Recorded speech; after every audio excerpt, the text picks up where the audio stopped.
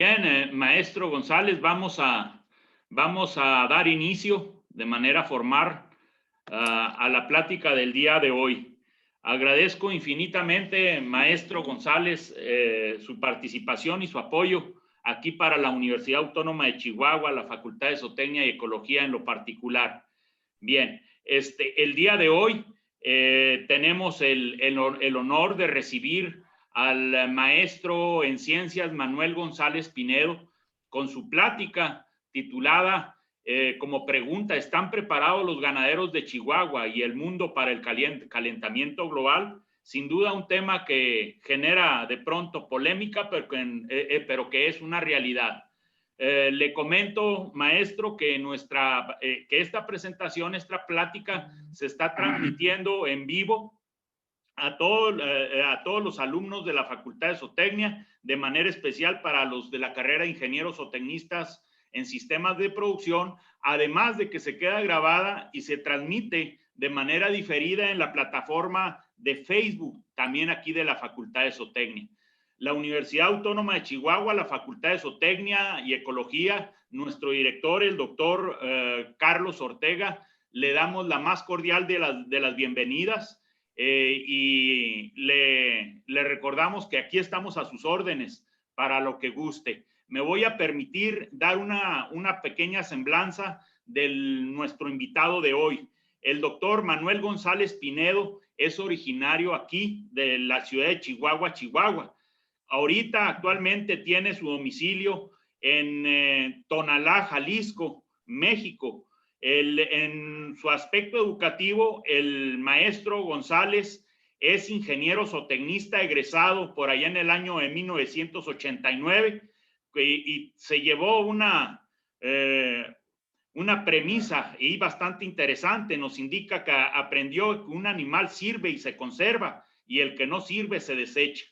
También el maestro obtuvo la maestría en el Departamento de Genética y Biología Molecular del Centro de Investigación y Estudios Avanzados del Instituto Politécnico Nacional, con su tesis Diagnóstico Molecular de la Hemofilia A, extracción de ADN, PCR y todas las técnicas, obviamente, de PCR. Tiene como interés particular, como hobby, la fotografía convencional y en tercera dimensión de paisajes y de fauna y algunos otros modelos. Sí. Tiene experiencia laboral, estuvo trabajando aquí en el estado de Chihuahua, en el Departamento de Educación, por allá en el año 1989-1990.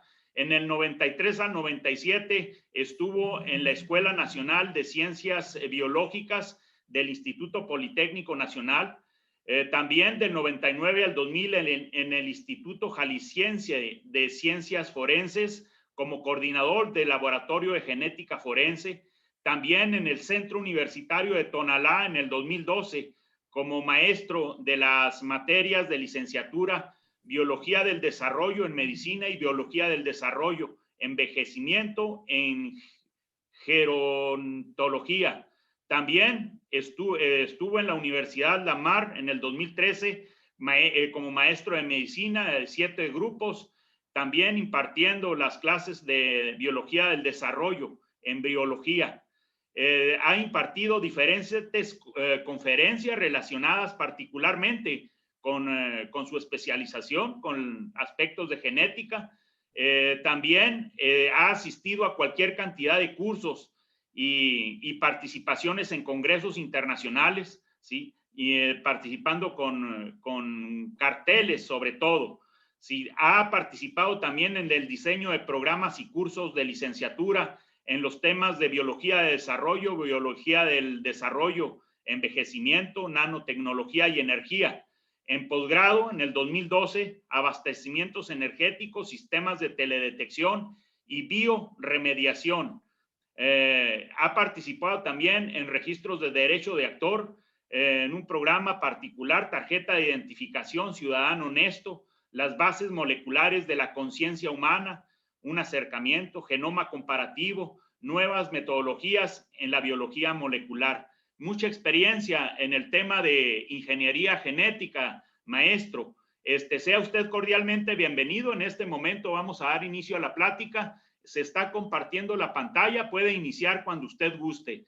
Al final, después de la plática, vamos a tener espacio para preguntas y comentarios. Le agradecemos y puede iniciar, maestro. Muy bien, muchas gracias. Quiero agradecer, buenas tardes a todos, agradezco a todos los que me acompañan a esta plática, sobre todo a ganaderos, hijos y nietos, a los cuales los estoy invitando cordialmente a que continuemos lo que estoy presentándoles aquí. Futuros ingenieros o tecnistas, futuros ecólogos, que espero que también estén aquí, profesores y público general. Pero sobre todo quiero agradecerle a usted, maestro César Quintana Martínez, por brindarme esta gran oportunidad para poder expresar esta inquietud que llevo dentro de mí ya de más de una década. Quiero definirme primero como persona, como profesional. Me defino a mí mismo como un artista y mercenario de la ciencia. Esto significa lo siguiente: un artista es aquel que crea algo nuevo. Yo soy muy creativo. Tengo, de hecho, mucha imaginación y esa imaginación la combino con el conocimiento, lo cual me permite, literalmente hablando, hacer cualquier tipo de proyectos, sobre todo en el área de biología molecular, que es lo que a mí me apasiona y me fascina. Hagan de cuenta que un biólogo molecular es como un carpintero. Si sabes manejar bien las herramientas, no importa lo que te digan. Puedes hacer puertas, puedes hacer ventanas, puedes hacer una casa, puedes hacer un barco, etcétera, etcétera, etcétera, siempre y cuando conozcas cómo llevar a cabo las cosas con todas las herramientas que en este caso la biología molecular nos da. Les voy a pedir también, pueden tomar con toda confianza mi número de celular, mi número de WhatsApp, mi correo electrónico, para cualquier cosa que quieran posteriormente comunicarse conmigo, lo puedan hacer. Les pido por favor la segunda diapositiva. Como ustedes seguramente saben, nuestros ancestros eran cazadores-recolectores. Esto es hace más de 10,000 años. Y por medio de la cacería ellos obtenían la carne de los animales silvestres para alimentar a su familia o a su tribu. Me voy a enfocar precisamente en esta plática en la obtención de carne, ¿sí? La siguiente diapositiva, por favor. Sin embargo, en el periodo neolítico, y estamos hablando más o menos de hace 10,000 años, dependiendo de la región del planeta donde se sucedió esto, nuestros ancestros dieron un gran gigantesco adelanto tecnológico al iniciar la domesticación de los animales silvestres y así comenzar la ganadería de aves y mamíferos. Podríamos decir que allí comenzaron los ingenieros o tecnistas. Así es, para obtener la carne necesaria para su alimentación. Y no menciono aquí la leche porque hasta donde alcanza mi conocimiento escaso, no existía en aquel momento, cuando eran cazadores recolectores, no iban a atrapar animales para ordeñarlos y obtener la leche. ¿O es que acaso estoy yo equivocado? La siguiente diapositiva, por favor. Voy a detener un poco en estas características del ganado doméstico, porque es la base fundamental para que entendamos el proceso para poder dar sustento total a la propuesta que vengo a hacerles. Las características del ganado doméstico son, primero, animales sociables, tanto las aves como los mamíferos. Y como les decía, me estoy refiriendo solo a aquellos animales que nos sirven para obtener carne. Por supuesto que en sus inicios estas especies estaban disponibles localmente. Son sujetos a adoptar al hombre o a la mujer como líder. Esto es, al ser humano lo adoptan como líder social, como el que se va a encargar de llevar a cabo la manada para que haga lo que ellos quieran, ¿sí? Lo que el líder quiere. Y son capaces de llevar a cabo la selección artificial. Esto es para poder dirigir los apareamientos y obtener las características deseables de cada especie. Sabemos muy bien todo esto de la selección artificial. Darwin nos lo enseñó de manera muy, muy, muy clara en el caso de las palomas. En fin, creo que no hay mucho que decir sobre esto. Y bueno, puede ser muchas otras características más. Entonces, quiero que les quede bien claro estas características básicas de los animales domésticos, porque esta es la parte fundamental junto con la siguiente diapositiva, por favor. Yo estoy enamorado del estado de Chihuahua. Bueno, yo nací ahí, ¿qué les puedo decir? La ciudad de Chihuahua, crecí muy cerca del Cerro Coronel. Lástima que muchos de ustedes, actuales futuros ingenieros o tecnistas, futuros ecólogos, seguramente no conocieron el Cerro Coronel antes de que lo mutilaran con esas antenas y esos caminos feos. Realmente para mí fue magnífico este Cerro Coronel porque yo estuve ahí paseando en mi niñez, yendo al cerro en compañía, yendo solo, etcétera, etcétera. Pero quiero mostrarles lo que es el estado de Chihuahua. Claramente podemos ver al oeste, prácticamente todo el oeste, estamos hablando del bosque, ¿sí? Y en la parte oriental, en la parte este, estamos hablando de que existe la zona de matorral, que es lo que está pintado principalmente, y zona de pastizal. ¿Qué es lo que sucede? Que en la zona de bosque, como ustedes saben muy bien, predomina el pino, porque son bosques de pino o bosques de pino-encino. Y en la zona de matorral predomina grandemente el arbusto gobernadora o nombre científico, la rea tridentata.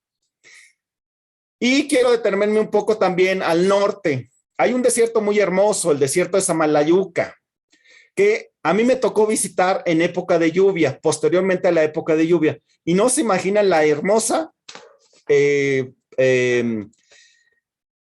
fronda que hay ahí de flores. Es una alfombra hermosa, preciosa de flores después de las lluvias. No sé si actualmente estas alfombras de flores todavía existen. Lo menciono por lo siguiente. Quiero invitar a los ecólogos, porque seguramente hay mucho trabajo que hacer en ese desierto de Samalayuca, porque me he enterado que han sido invadidos por los vehículos todoterreno. Y bueno, seguramente esto ha hecho que estos terrenos de una hermosa alfombra de flores después de las lluvias hayan sido degradados. Y quiero dar gracias, en este caso, al maestro Tavo Quintana, quien tuve el gusto de conocer cuando yo era estudiante, porque gracias a él que nos invitó a dar una recolección de plantas en esa zona, es que me pude yo conocer este lugar tan hermoso. Entonces, quedémonos con el estado de Chihuahua, dos zonas principales, bosque de pino, principalmente pino, y matorral, que es principalmente la planta gobernadora. Y la siguiente, por favor. Estas dos diapositivas anteriores son la base absoluta para la propuesta de creación de 3 nuevas especies ganaderas específicas para Chihuahua. Esto es para ese bosque y para ese matorral. Y las características que estoy proponiendo de estos animales es alimentación de pasto, de hojas de pino y de la planta gobernadora. Por supuesto que son especies que son adaptables al clima futuro ante el calentamiento global. Y por supuesto que pueden llevarse a cabo mejoras genéticas de estos nuevos animales.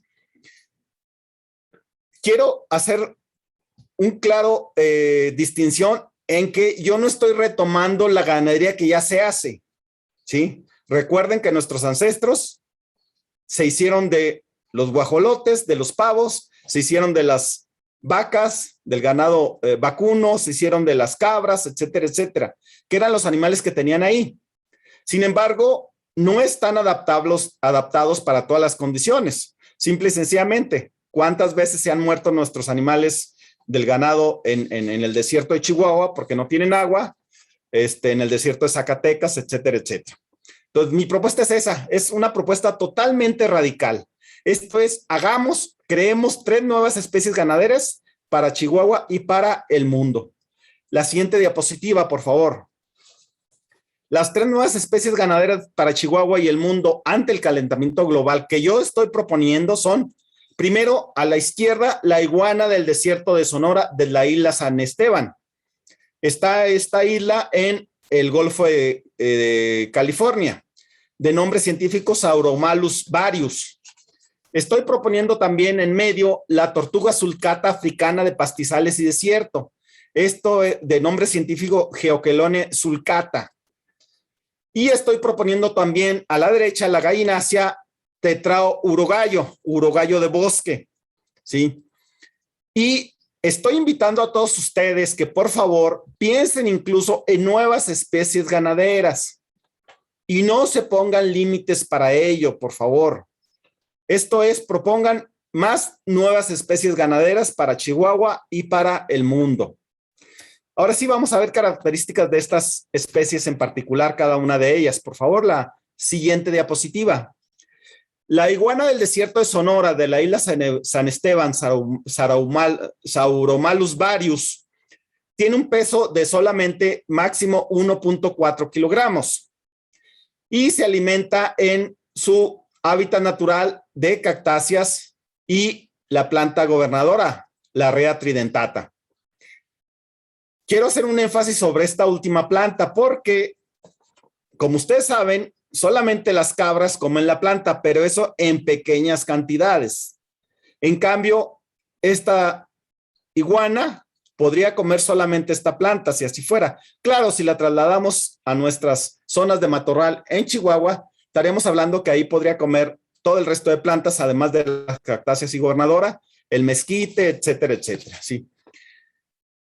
Quiero también dar un detalle importante de esta especie. Desafortunadamente, en la isla San Esteban del Golfo de California, está infestada esta isla por ratas y perros, que los indígenas seris o Comcac, como ellos mismos se llaman a sí mismos, lo tienen como una reserva de alimento. Esto es, para ellos, la iguana del desierto de Sonora, Sauromalus varius, es muy apreciada por ellos. Ellos la comían, anteriormente sus ancestros la comían, pero actualmente, como está en franco declive, ya no la cazan. Sin embargo, ahí introdujeron perros porque para ellos hubo una época anterior donde ellos sobrevivieron a una hambruna gigantesca gracias a alimentarse de los perros. Y como también comen ratas, introdujeron ratas a la isla. Perros y ratas no son originarios de esa isla. Entonces yo he hablado con ellos y les había dicho, desafortunadamente las ratas y los perros, la única fuente de alimentación que tienen son las mismas iguanas que ustedes tienen y que aprecian tanto. Por lo tanto, esta iguana podría estar en franco proceso de extinción en esta isla. Afortunadamente, algunos zoológicos en el mundo, creo que no son más de 10, a lo mejor incluso son nada más 2 o 3, cuentan con la reproducción de esta especie ya desde hace años atrás. Pero también hace 20 años fueron introducidas 3 hembras preñadas y 2 machos a la parte continental del desierto de Sonora. Entonces, donde se han reproducido exitosamente, según tengo una fuente fidedigna de estos mismos seres o Comcac. Por lo que existe una posibilidad muy real de contar con esta especie. Y por supuesto, por tener un peso tan bajo de 1.4 kilogramos, peso vivo, obviamente ya en canal, estaríamos hablando de un peso de 1 kilo o menos, sugiere una mejora genética de esta especie para aumentar el peso de esta especie. La siguiente, por favor, la siguiente diapositiva. La tortuga sulcata africana de pastizales y de desierto, Geocalenus sulcata, es una especie comercialmente disponible. Esto es, la podremos adquirir en la Ciudad de México, la podemos adquirir aquí en Guadalajara, en algunas tiendas de venta de mascotas, pero hay criaderos ya aquí en México, entonces podríamos ir a esos criaderos y obtener esas tortugas iniciales, ¿sí? Y son muy fáciles como para poderlas introducir en cualquier pastizal. Con un peso total de 50 kilogramos, actualmente como máximo. Sin embargo, podríamos mejorarla genéticamente para obtener características que nos puedan parecer convenientes. Más adelante menciono algunas de estas características. Vámonos a la siguiente diapositiva, por favor. Esta gallinácea me parece muy interesante, la gallinácea tetrao urogallos o urogallo de bosque. Tiene un peso la hembra de 5 a 7 kilogramos y su alimentación es muy interesante porque prácticamente desde donde mi conocimiento me permite, es la única especie actualmente que se alimenta de hojas de pino, en este caso en el invierno. Se encuentra prácticamente en casi toda Europa, pero en peligro de extinción. Esto es los bosques de pino que ustedes ven en Europa, ahí está, pero en muchas de esas regiones, como es en Irlanda, creo que ya se extinguió, en Francia está en casi peligro de extinción, en fin. Pero es muy abundante en los bosques de Siberia, o al menos lo era antes de los enormes incendios de los últimos años. De hecho, hace 7 años me comuniqué con un rancho cinegético siberiano y me ofreció la cantidad de animales que yo quisiera de estos urogallos.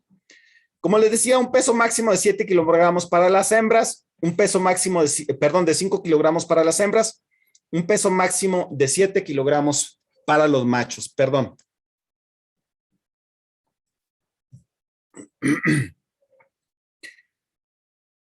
Y me parece que puede ser una, la anterior todavía del urogallo, me parece que puede ser una excelente nueva especie ganadera. Ya se ha demostrado que es muy fácilmente domesticable y se adapta a vivir con nuestra especie.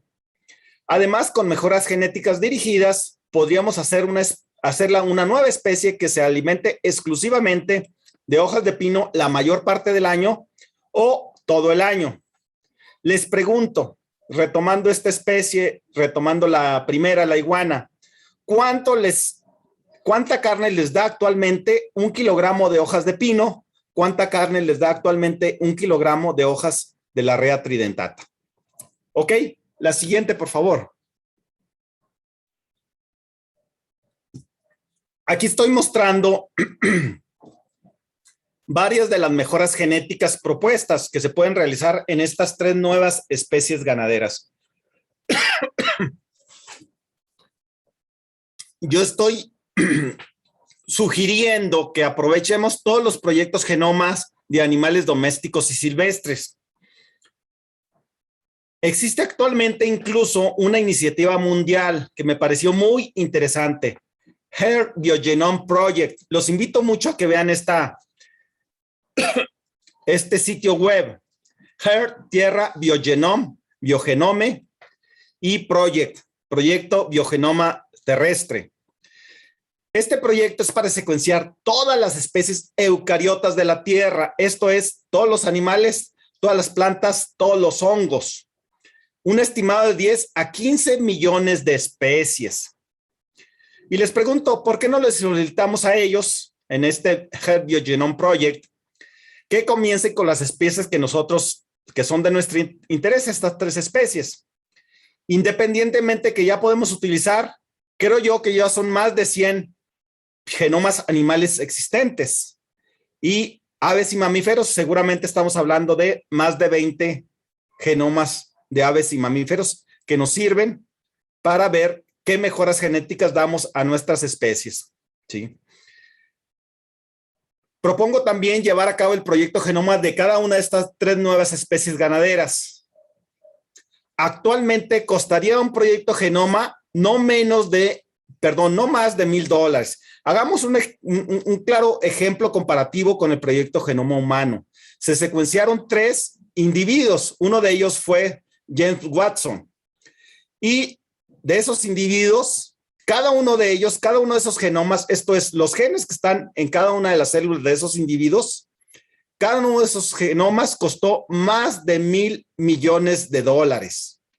O sea, si ustedes quisieran tener su genoma, cada uno de ustedes tendrían que pagar $1,000 millones para que les dieran su genoma, como son todos los genes que tiene cada uno de ustedes. Sin embargo, actualmente esto cuesta menos de $1,000.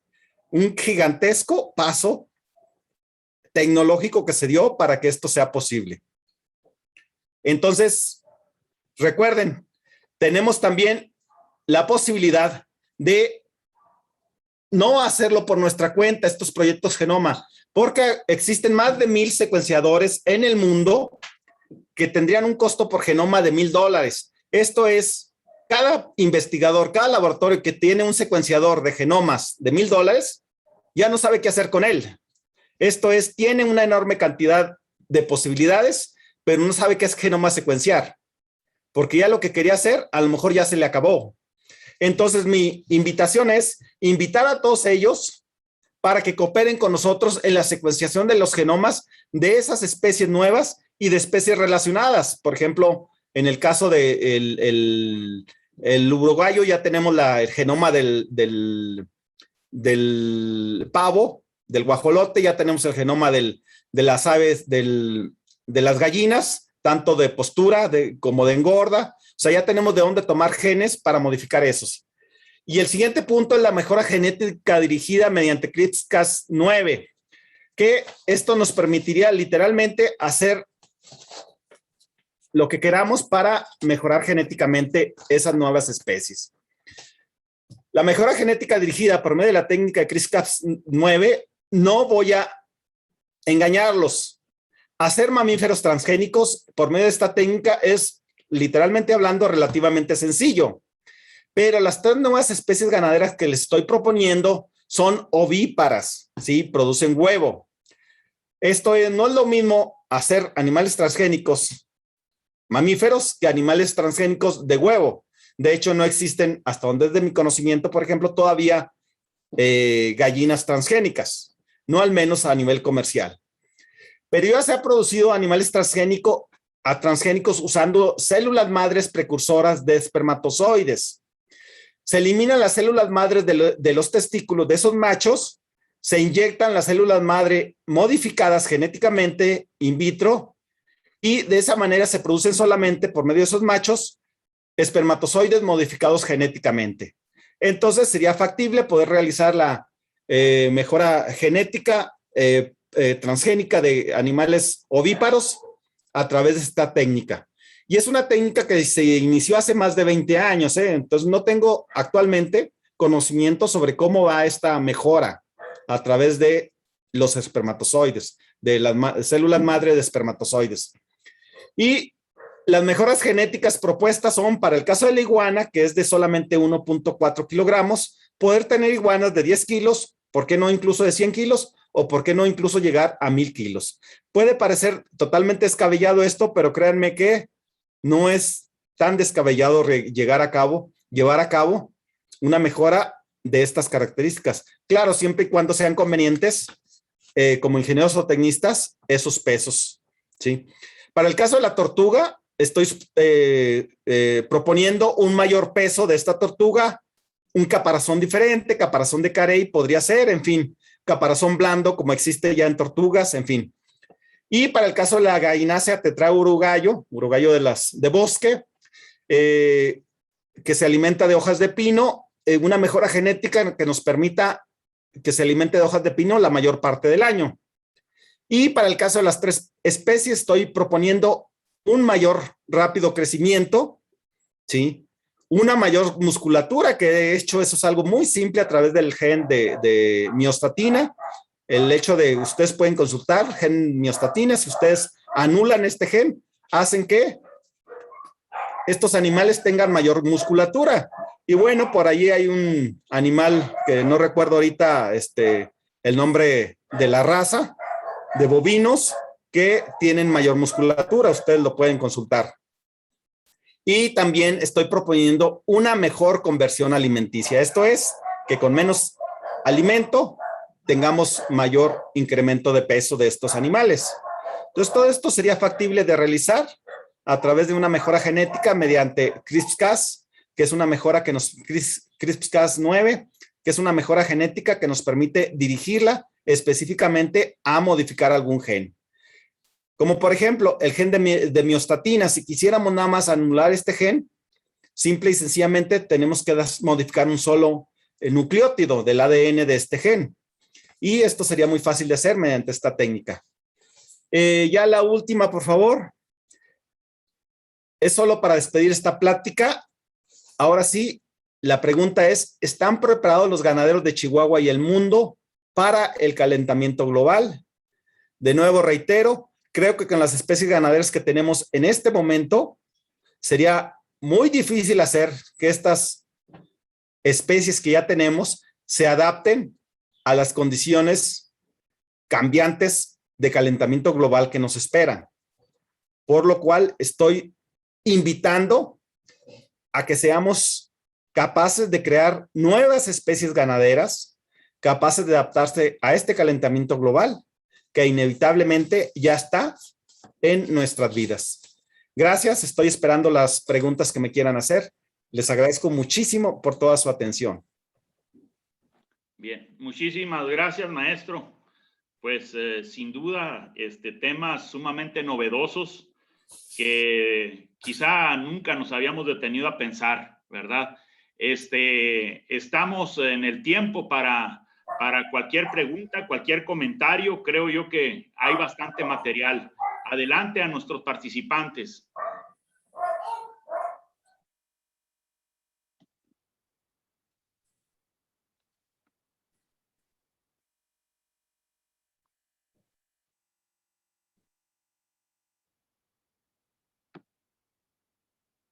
Vamos, compañeros, sin miedo, que yo estoy seguro que puedan existir varias preguntas. A mí me encantaría que alguno de ustedes pudiera hacer ya una propuesta de una nueva especie ganadera. Esto es, que hayan conocido de alguna especie silvestre que les parezca conveniente como nueva especie ganadera, por un lado, y por otro lado, la introducción de nuevas especies ganaderas que en Chihuahua no tenemos. Por ejemplo, yo propondría las llamas, yo propondría los camellos, ¿sí? Y obviamente mucho tiene que ver también con la idiosincrasia. Por ejemplo, yo he conocido cantidad de gente que prefiere morirse de hambre antes que comer carne de caballo cuando saben que ahí se vende carne de caballo en esa carnicería. Entonces, por supuesto que tiene mucho que ver con cambiar la mentalidad de las personas. Pero yo les pregunto, ¿estarían dispuestos a morirse de hambre en lugar de comer una carne diferente? Eso lo dejo para que cada uno de ustedes y de las personas que conozcan lo responda. Sí, señor, gracias. A ver, participantes.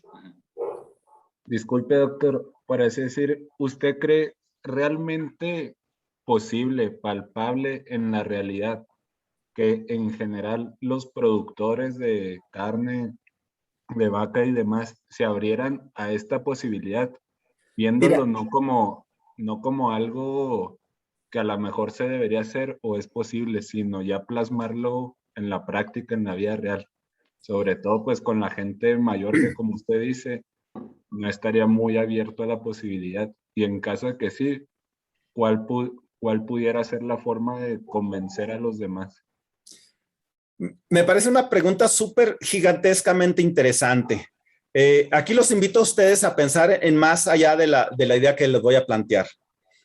Miren, hay una anécdota muy interesante. ¿Ustedes conocen las papas a la francesa? Pues fíjense que no son originalmente a la francesa, son originarias de Bélgica. Y lo que sucedió fue que aquel entonces rey de Bélgica sabía que su pueblo no era capaz de querer comer las papas. ¿Qué fue lo que hizo? En todos sus terrenos sembró papas y puso soldados a cuidar el cultivo de papas día y noche. Con eso todos se enteraron, todo el pueblo se enteró de que las papas eran algo muy valioso, porque si no, porque iba a tener a los soldados cuidando el cultivo cuando antes no estaban cuidando los cultivos. Y el día de la cosecha empezó a hacer la cosecha de las papas e hizo montones de papas en el terreno, como ustedes por ahí han de saber que se hace esa cosecha.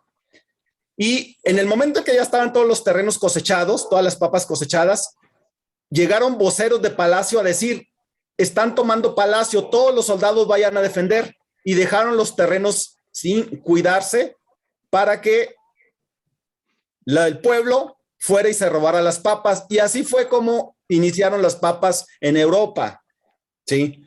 Entonces, por supuesto, lo sé muy bien, la propuesta que yo estoy haciendo es sumamente radical, excesivamente radical, pero es muy sencillo. ¿Qué podemos hacer? Los animales, hablando de las vacas, se van a estar muriendo por sed.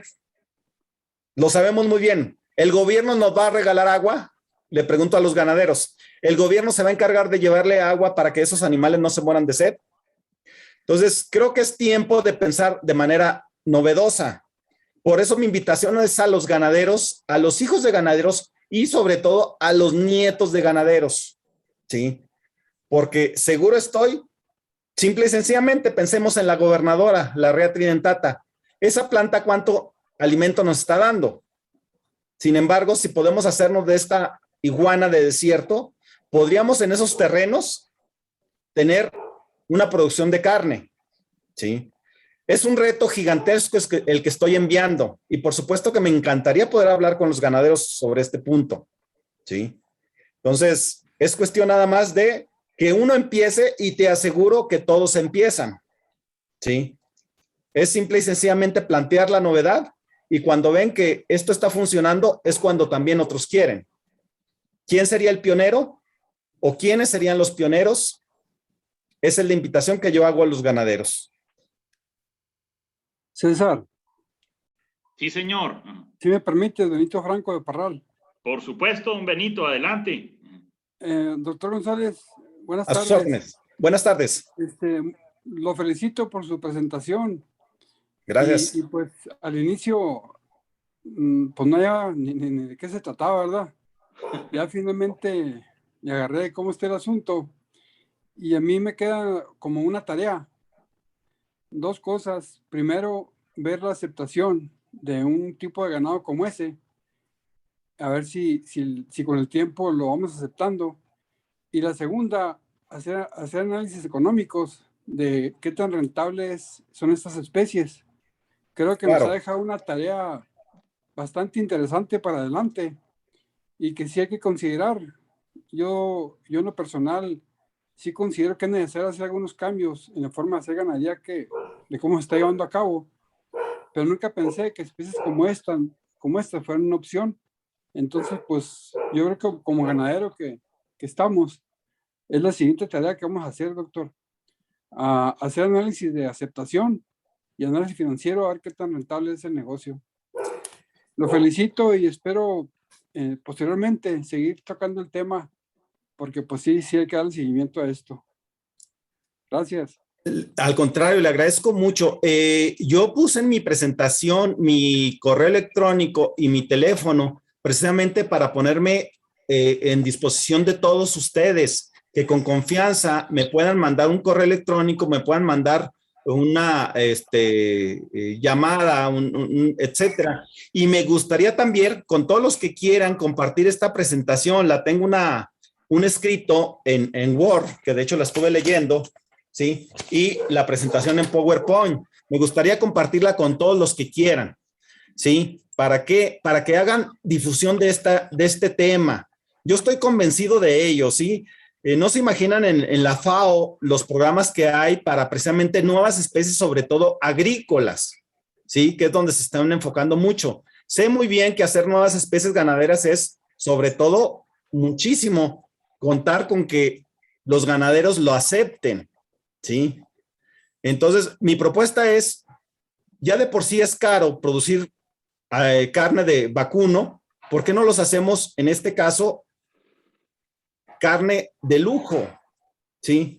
Y hacemos carne para el pueblo, literalmente hablando, con nuevas especies. Me gustaría mucho invitarlos a que comenzamos, por ejemplo, con el urogallo, porque creo yo que nadie se opondría a que pudiéramos producir carne de las hojas de pino, ¿sí? Y creo que nadie se opondría a comerse al uruguayo, que además, bueno, ya por ahí podríamos ver algunas cosas de la gente que ya se lo come, pues no, realmente no se queja. O sea, no es como comer, por así decirlo, un buitre que tiene un sabor desagradable porque come carroña, según tengo entendido.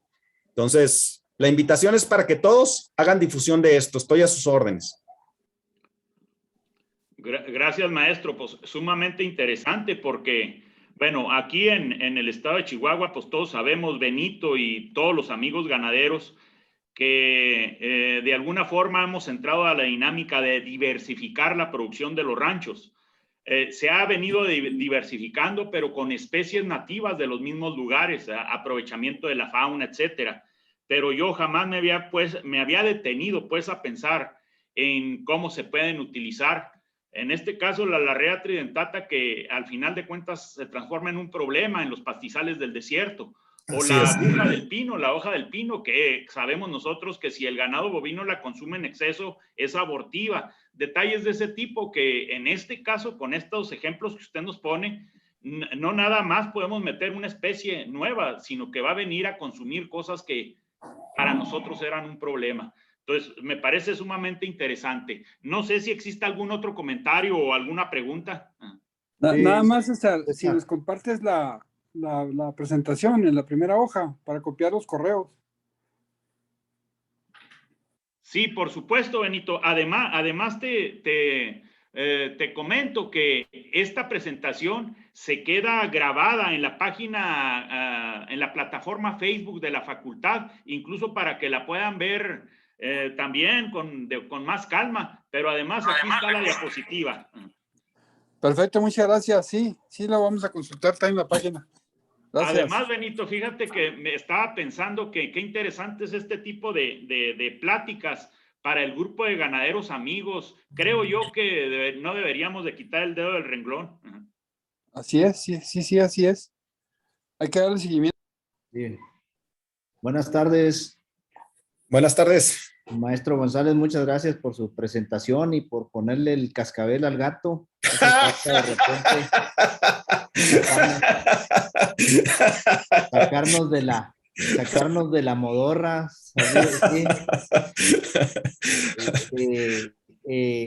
Para derribar un paradigma hay que establecer otro. Y hay paradigmas que con el tiempo son difíciles de derrumbar, ¿verdad? Y hay muchas opciones de las cuales echar manos, pero siempre hay el temor de decir, bueno, y si empiezo esto, ¿cómo me irá a ir? O siempre le dejamos esa tarea a los loquitos, y ahí estamos a 2 cuadras observando a ver cómo les va, a ver si le entramos, pero siempre criticándole sus acciones, ¿verdad? Yo soy de la idea que el mundo lo cambian los locos, no los cuerdos. Entonces, entre más locos haya, más cambios vamos a tener.